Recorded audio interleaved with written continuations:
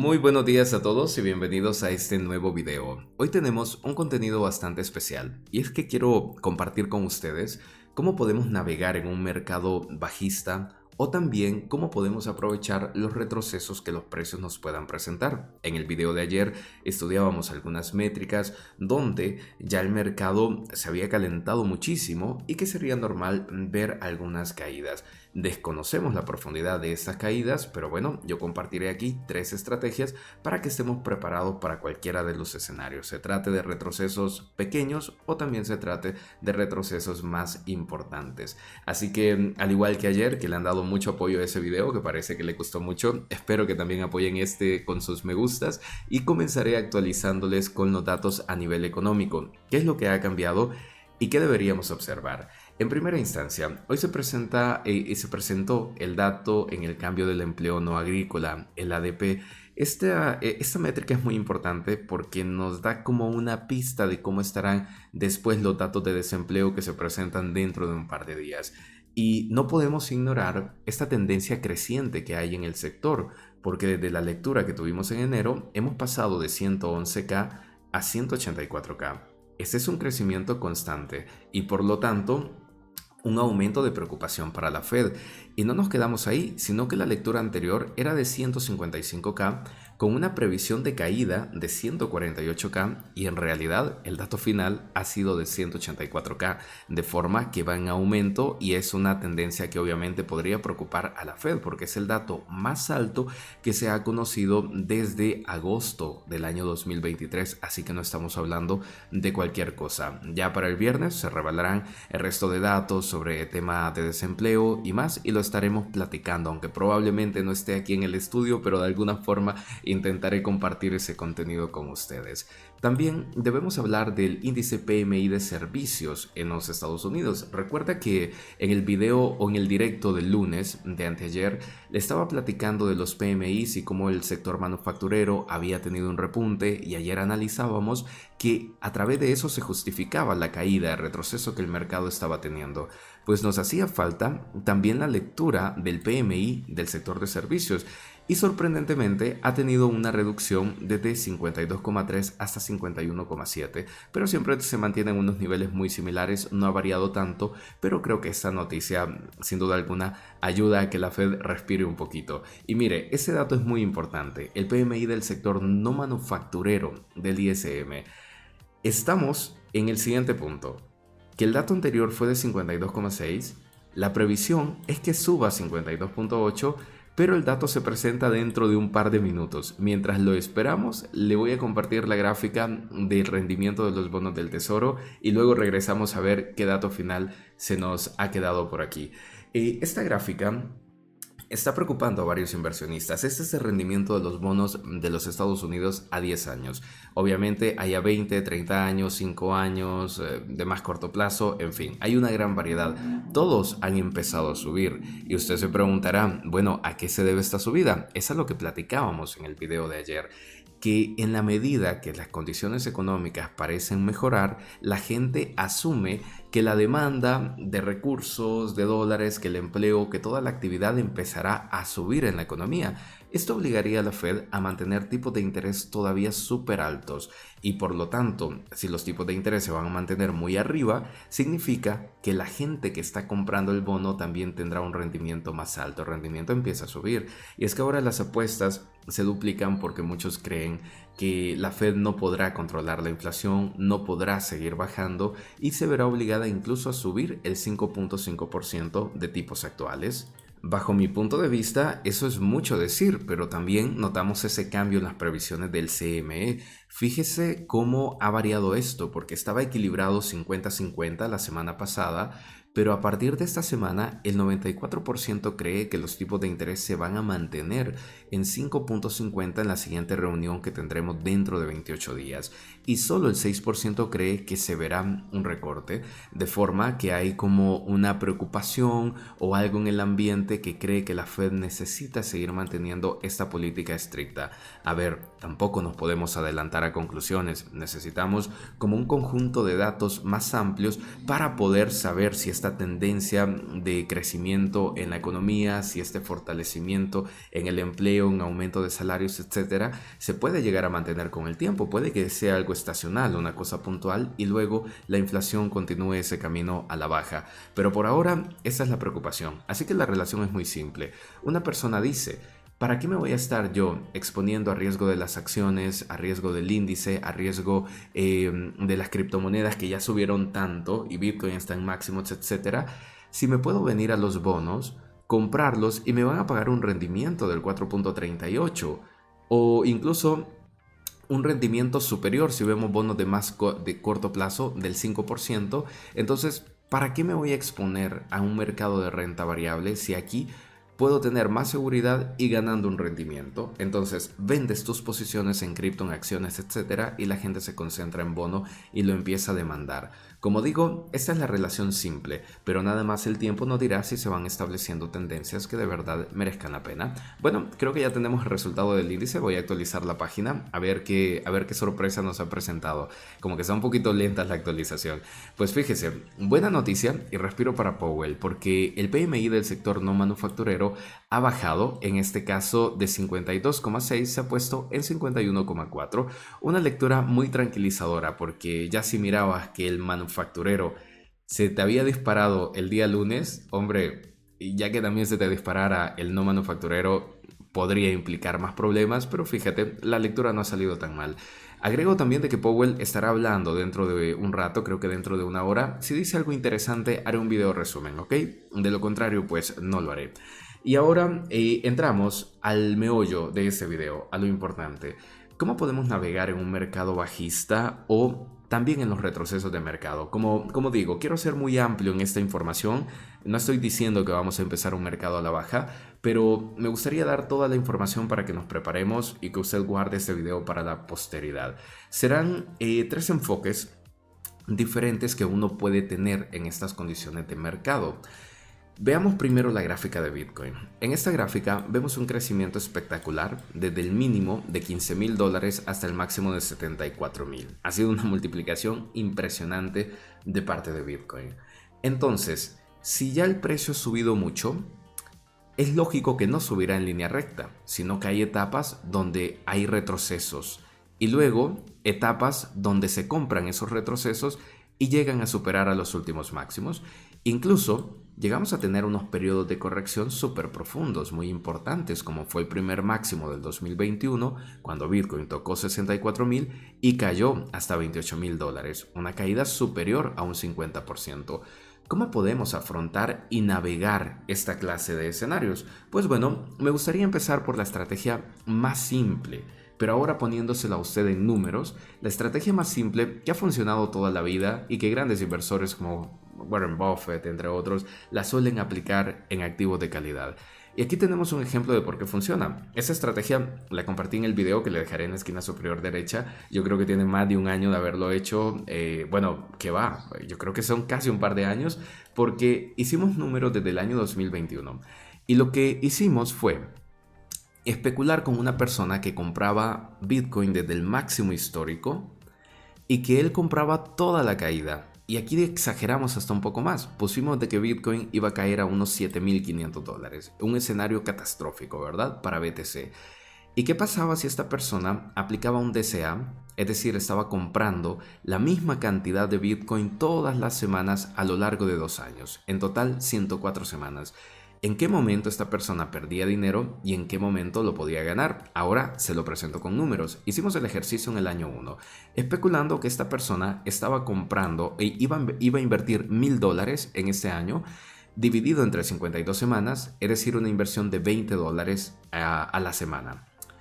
E iba a comprar Bitcoin desde los $65,500 hasta unos eventuales $9,500, especulando que se diera esa caída. Fíjese que cuando grabamos el video íbamos por la semana 33 y Bitcoin cotizaba 20,800. Cayó hasta 15,500. No se dieron los otros números, pero creo que más o menos estuvimos cerca de esa previsión. Entonces, esta persona invertirá $1,000 a lo largo de 52 semanas, $20 cada semana y acumulará X cantidad de Bitcoin. Esta persona continuará su estrategia en el año 2, que en ese entonces era el año 2023, y seguirá invirtiendo los mismos $1,000 a $20 por semana, ¿ok? Y terminarán ahí otras 52 semanas, en total 104 semanas de inversión. ¿Cuáles son los resultados para alguien que haya tenido esa disciplina y ese comportamiento? Pues fíjese en el año número 1. El Bitcoin que había acumulado esta persona era de 0.049. Su valor final anual era de $470 si juzgamos este Bitcoin multiplicado por el precio final que pretendíamos en la semana 52, que era de $9,500. O sea, todo el Bitcoin que yo acumulé en ese año, si yo decidía venderlo en ese momento, me iban a dar $470. Es decir, que yo había invertido 1,000 y tendría una pérdida superior al 50%. El precio promedio total de todo el Bitcoin que yo acumulé en ese primer año era de $20,000, pero Bitcoin estaba cotizando por $9,500, es decir, una pérdida del 49% en total. Pero vea usted aquí la diferencia de protegerse con una estrategia en DCA, que la caída total de Bitcoin desde este máximo de 65,000 hasta 9,500 sería de un 85%. En términos reales, Bitcoin en el 2022 cayó 75%, pero en este caso lo hicimos al 85%, que es la caída promedio que ha tenido Bitcoin desde que existe, en los grandes retrocesos de mercado. Entonces, ¿qué diferencia nota usted aquí? Que usted, por aplicar el DCA, tuvo una desvalorización muy importante de su dinero, un 49%, pero ha salvado más que aquel que hubiese metido los $1,000 de golpe en la semana 1 o que hubiese concentrado la mayor parte de su inversión en las primeras semanas. Entonces, usted tiene una pérdida impermanente o un valor, digamos, de negativo 49 el primer año, que ha sido un año súper difícil de muchísima caída, pero siguen siendo números superiores a aquellos que invirtieron su dinero de golpe en BTC. Entonces, el DCA le ha permitido a esta persona navegar bien y que incluso en la mitad de año, en la semana 26, esta persona tuviera $500 invertidos y tuviera otros $500 de liquidez por cualquier emergencia. Gran ventaja, ¿no? Pasamos entonces ahora a ver al año 2, que lo pretendíamos o lo preveímos en aquel momento como un año, veíamos en aquel año como un año de crecimiento. Y nuestra previsión final fue que Bitcoin en la semana 52, es decir, a finales del 2023, costara $30,000. Y la realidad es que Bitcoin terminó costando, para finales del 2023, Bitcoin estaba costando unos $42,000, para darnos una idea. Entonces, igual fuimos conservadores en esa previsión. Pero a nivel de números, ¿qué obtuvimos? Que la persona que invirtió en el año 2 este Bitcoin tenía un valor final, los $1,000 que él invirtió tenían un valor final de $1,933 y había acumulado un precio de Bitcoin de 15,516, un precio promedio, de forma que su inversión había rendido un 93.34%. Aquí vemos la otra cara de la moneda, porque una persona que haya invertido el 100% de su dinero en la semana 1 de Bitcoin habría tenido un retorno del 215%. Y esto obviamente es perfecto porque tú lo que dices es, hombre, yo quiero comprar lo más bajo posible, pero la realidad, llevando esto a la práctica, no todos vamos a comprar en el suelo, es una cosa súper imposible, por lo tanto, o casi imposible, ¿no? Alguna vez en la vida te tocará, pero por lo tanto, haber obtenido este 215% se logra en pocas ocasiones, pero fíjate, si tú no compraste en el suelo y lo único que hiciste fue seguir aplicando el DCA, tu inversión habría rendido un 93.34%, de forma que, en las conclusiones, esta persona habría acumulado 0.11 de Bitcoin con un valor final de $3,420. Este valor está,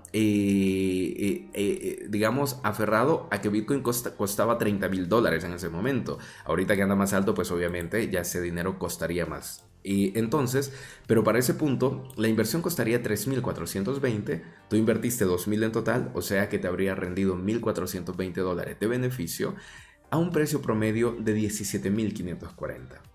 Una locura, ¿verdad? Una locura. O sea que el retorno de tu dinero en el tiempo pues pudo haber sido mucho mayor. Y aquí mismo podemos hacer el cambio. Si en lugar de 30,000 decimos que Bitcoin vale $60,000, pues obviamente esos $2,000 se convierten en 6,822 gracias al precio promedio que se aplicó con DCA. Ahora, la sorpresa.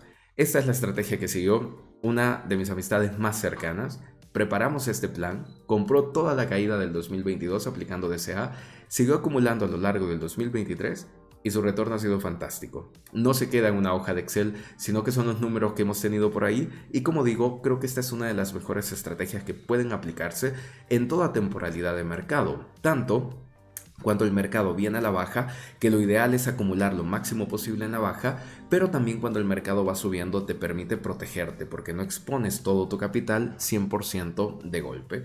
Pasemos a ver la estrategia número 2. Dicho esto, si la número 1 te ha sorprendido, has visto ahí un dato en la práctica que te llamó la atención, déjame un me gusta y un comentario, que eso es muy importante. Hablemos de la estrategia número 2, que esta está basada en una mezcla también de indicadores a nivel técnico y de alguna lectura chartista, si se quiere, durante los gráficos. Esto ya dependerá de la habilidad que tú tengas en este mercado.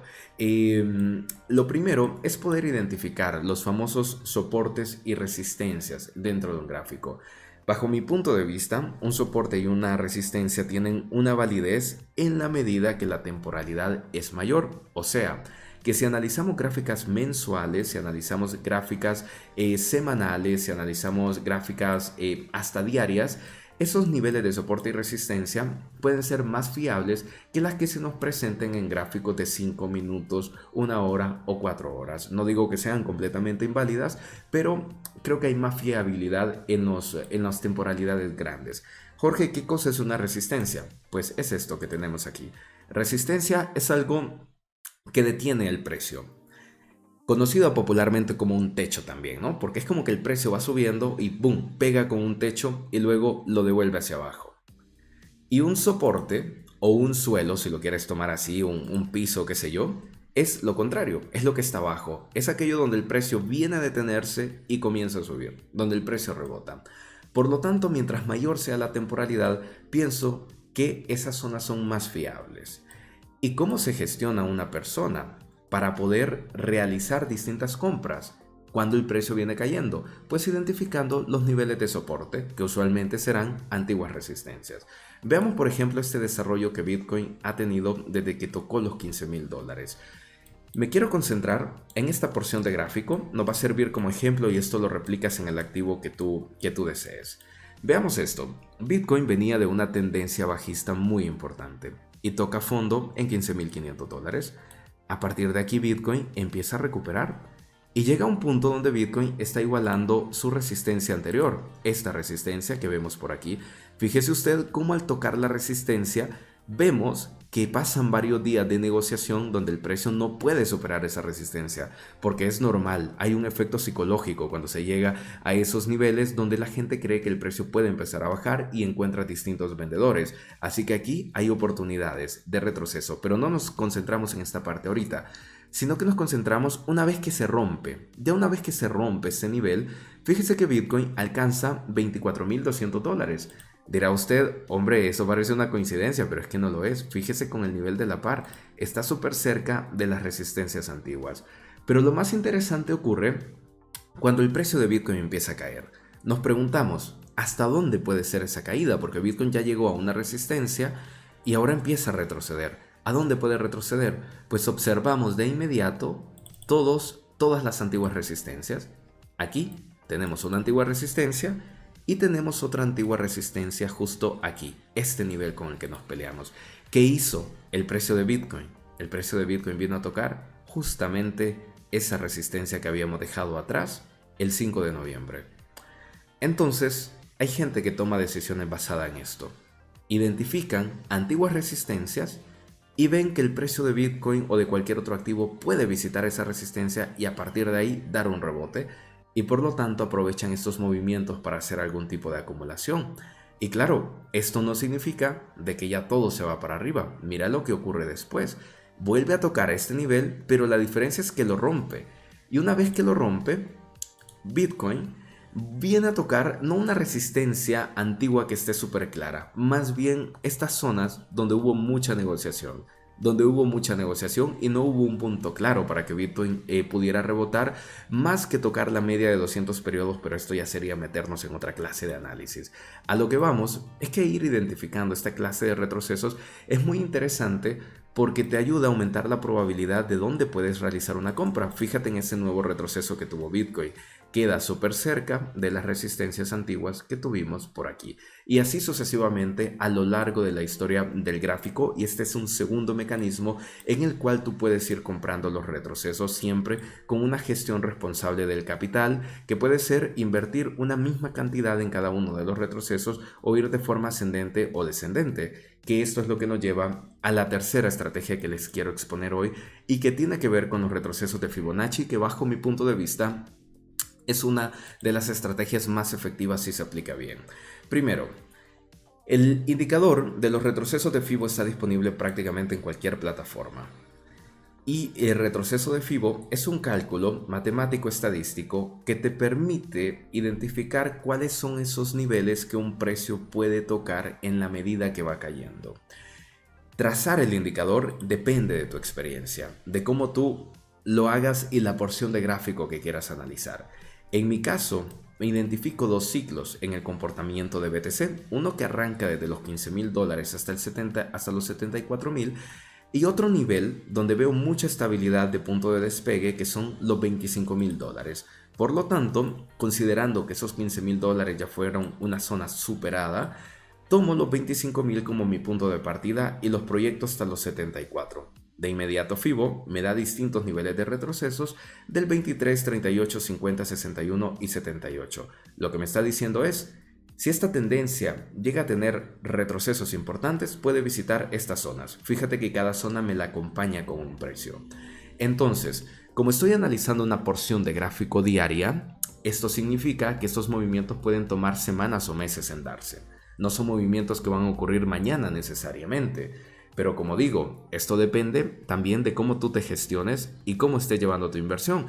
Puede que quieras aplicar un Fibonacci en un gráfico de 4 horas y ahí tú encontrarás otros puntos interesantes de despegue y puede que el indicador se te vea así y que a lo mejor tu 23% de Fibo sean los $70,000 de Bitcoin. En mi caso, como tomo una porción grande, el 23% de Fibo son los $62,000 de Bitcoin. Pero como digo, es un indicador súper flexible para aplicarse en cualquier temporalidad y no hay como una regla o una forma estricta de cómo tengas que utilizarlo. Todo esto depende de tu estrategia y es algo que debes de evaluar personalmente. Yo lo voy a basar en esta gráfica diaria. Entonces, en nuestra teoría tenemos una persona que tiene $1,000 para invertir en Bitcoin y va a aplicar una estrategia fraccionada de inversión en cada uno de estos niveles. Y vamos a imaginarnos un escenario súper catastrófico para Bitcoin donde va a aterrizar en $35,000, es decir, una caída similar a la del año 2021, que tenías un máximo y se cayó más del 50%. Pues bien, aquí vamos a especular que cae hasta el 50% y que esta persona va a distribuir los $1,000 en toda esa caída. Volvamos a nuestra hoja de Excel, donde lo hemos puesto con algunos numeritos, ese retroceso de Fibo. Lo tengo por acá. Esta tabla estará disponible para todos los que son miembros del canal, por lo tanto no se preocupen que se les estaré dejando más adelante para que ustedes hagan sus cálculos si quieren aplicar retrocesos de Fibo en la temporalidad que gusten, con el activo que gusten. Pues lo que decíamos antes, ¿verdad? Capital inicial $1,000 y nos vamos a exponer a Bitcoin. En los retrocesos de Fibo podemos darle dos enfoques. Un enfoque ascendente y uno descendente. El ascendente significa que voy aumentando mi inversión en la medida que el precio cae. Y el descendente significa que invierto muy fuerte al inicio y que en la medida que el precio baja voy invirtiendo menos. Aquí he querido completar los $1,000 de inversión, pero no es necesario que se inviertan los $1,000. A lo mejor de tus 1,000 puedes invertir 500 por dar un ejemplo, ¿no? Entonces, pero aquí para completar el ejemplo lo he puesto que sean los 1,000. ¿Cuándo utilizar una u otra? Pues como dije antes, estas cosas dependen mucho de tu expertise en el mercado y de lo que visualices según tus indicadores. Si eres una persona que crees que habrá una bajada de verdad profunda, muy importante, deberías optar por una estrategia ascendente de inversión. Que en la medida que Bitcoin vaya bajando más y más de precio, pues tu inversión vaya aumentando, porque estás valorando varios aspectos. Número 1, que quieres conservar el máximo de tu liquidez. Número 2, que estás en un activo de calidad, insisto, que sea de calidad y que crees que tendrá una subida muy importante en el futuro. Y claro, si acumulas más, si inviertes más cuando más barato estás, tienes más moneda y obviamente obtendrás un retorno más importante en el futuro. Entonces eso, como digo, depende de tu expertise y lo que estés viendo en el mercado. ¿Y cuándo aplicar la estrategia descendente? Esta se aplica cuando tú dices, yo creo que el mercado en realidad no va a bajar mucho y a lo mejor no pasa del 38% de FIBO. Mejor invierto más fuertecito en estas primeras etapas y así aprovecho la recuperación de Bitcoin. Y claro, acumulas más moneda en estas etapas y tu retorno al final es mayor. Obviamente, ambas visiones conllevan su riesgo. Imagínate tú que aplicas una estrategia ascendente donde estás invirtiendo más y más dinero en la medida que Bitcoin baja. Y resulta, bueno, digamos que no es Bitcoin, resulta que te metiste en una moneda que pensabas que iba a ser el próximo Bitcoin. Y es una moneda fake que se va a cero. Pues hombre, habrás perdido todo tu dinero. Habrá sido una pésima decisión. O que arranque un mercado súper bajista más agresivo. Pues bueno, no habría sido la mejor decisión en ese escenario. Obviamente tiene sus desventajas. Imagínate que optas por una estrategia descendente en el mercado y empiezas a invertir muy fuerte al inicio, pensando de que el precio no iba a caer mucho, pero resulta que cae otro montón. Tú ya vas a tener menos liquidez para comprar en la zona de abajo y la mayor parte de tu capital se habrá visto comprometido a un precio promedio muy superior y tu punto de equilibrio estará bastante alejado. Entonces, cada una de las estrategias conlleva su riesgo, nada es perfecto, pero aquí hay algunos números que nos pueden ayudar a poder reducir esa incertidumbre de lo que ocurriría más adelante. He puesto el precio de Bitcoin si estos escenarios de FIBO se cumplen, ¿no? ¿Cuánto costaría Bitcoin cuando tocas el 23 hasta el 78%? ¿Cuánto Bitcoin recibirías comprando con la estrategia ascendente y cuánto Bitcoin recibirías comprando con la estrategia descendente? Si se cumple este escenario donde Bitcoin cae hasta unos $30,000 y un retroceso del 50%, es obvio que la estrategia ascendente funcionaría mejor porque estuviste invirtiendo más dinero en la medida que Bitcoin se ponía más barato, así que al final recibirías 0.023 de BTC, mientras que con la estrategia D tú recibirías 0.020. Ahí tendríamos una pequeña diferencia, lógico, porque invertiste la mayor parte de capital al inicio y al final, cuando Bitcoin estaba más barato, fue cuando menos dinero invertiste. Pues bien, sacando los números, fíjense ustedes cómo nos encontraríamos si se cumple ese escenario A, catastrófico de Bitcoin cayendo el 50%. Una persona que haya optado por la estrategia ascendente habría promediado Bitcoin a $44,000 de valor. El precio actual de Bitcoin para ese entonces sería de 35,300, pero esta persona tendría un precio promedio de 44,000, a diferencia del que haya optado por la estrategia descendente, que tendría un precio promedio de $50,000. Vemos $6,000 de diferencia y es lógico, porque lo que decía antes, si compras más caro, entonces tu precio promedio se queda muy arriba. Tu inversión, ¿cómo se movería? Tus $1,000, en el caso de la estrategia ascendente, costarían 798 en ese momento, tendrías una pérdida impermanente de $201, mientras que el que optó por la estrategia descendente tendría una pérdida impermanente de $304, una diferencia de $100 o más. Esto, como digo, dependerá de la inversión de dinero que tú vayas a poner, pero claro, haciendo esa diferencia de más de $100, uno dice, pues sí, si se llega a cumplir este escenario y yo soy una persona que está convencida de que Bitcoin va a caer hasta un 50%, a mí me conviene tomar una estrategia ascendente porque es la que representa menos riesgo para mí y la que me permite obtener un precio promedio interesante con vistas a los $100,000 de Bitcoin en el futuro si llega a tocarlos. Y claro, uno tiene que ser coherente con ese tipo de análisis. Pero imagínate que Bitcoin no llega a tener esa caída, sino que se queda a la mitad, aquí, en la compra 3 al 50% de FIBO, donde invertiríamos $200 y donde Bitcoin no va a bajar más allá de los 49,000. ¿Qué pasaría? El que optó por la estrategia ascendente tendría un valor promedio de $53,500 y el de la descendente de $55,780. También sigue siendo razonable porque recordemos que el de estrategia descendente es más agresivo en las primeras compras. El valor de la inversión, ¿cómo se habría movido? Fíjate que en el de la estrategia ascendente tendría un valor de la inversión de $413. Recordemos que hasta este momento no se ha invertido todo el capital y en el caso del que optó por la estrategia descendente tendría un valor de inversión de $662, esto con relación a lo que cada uno lleva invertido. Fíjate la diferencia. que el de la estrategia A tiene $450 invertido, pero el otro tiene $750, es más agresivo en la compra. Y la diferencia de pérdida en esas condiciones de precio, especulando que Bitcoin hubiese caído a 49.300, sería una pérdida de $36 para el que tiene el mecanismo ascendente y de $87 para el que optó por la estrategia descendente, es decir, más agresivo en las primeras compras. ¿Dónde radica la diferencia? Radica en que si Bitcoin repite los $62.000 de valor, es decir, solo la caída del 23% de FIBO, la persona que opta por la estrategia ascendente tendría $520 de valor. Estaría ganando en torno a unos $70 con relación a lo invertido. Pero si tú lo ves desde el punto de vista del que optó por la estrategia descendente, invertir más fuerte, su retorno tiende a ser superior, obviamente porque acumuló más durante ese periodo de tiempo, y en la medida que Bitcoin vaya subiendo más y más de precio, el que optó por la estrategia descendente entonces seguirá teniendo un retorno también superior.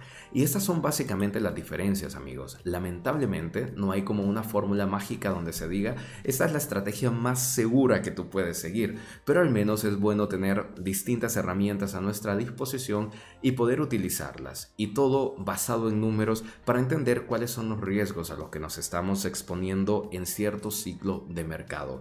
Espero que cualquiera de esas tres estrategias, tanto el DCA como las compras por soportes y resistencias, al igual que el aplicar la estrategia de inversión fraccionada a través de Fibonacci, pueda ser de bastante utilidad para ustedes. Me comentan cuál de estas tres es su favorita y si aplican algún otro tipo de estrategia, dejármela en la caja de comentarios para que podamos entrar en discusión. Y bueno, nos seguiremos viendo con más contenido a lo largo del día y les mando un fuerte abrazo.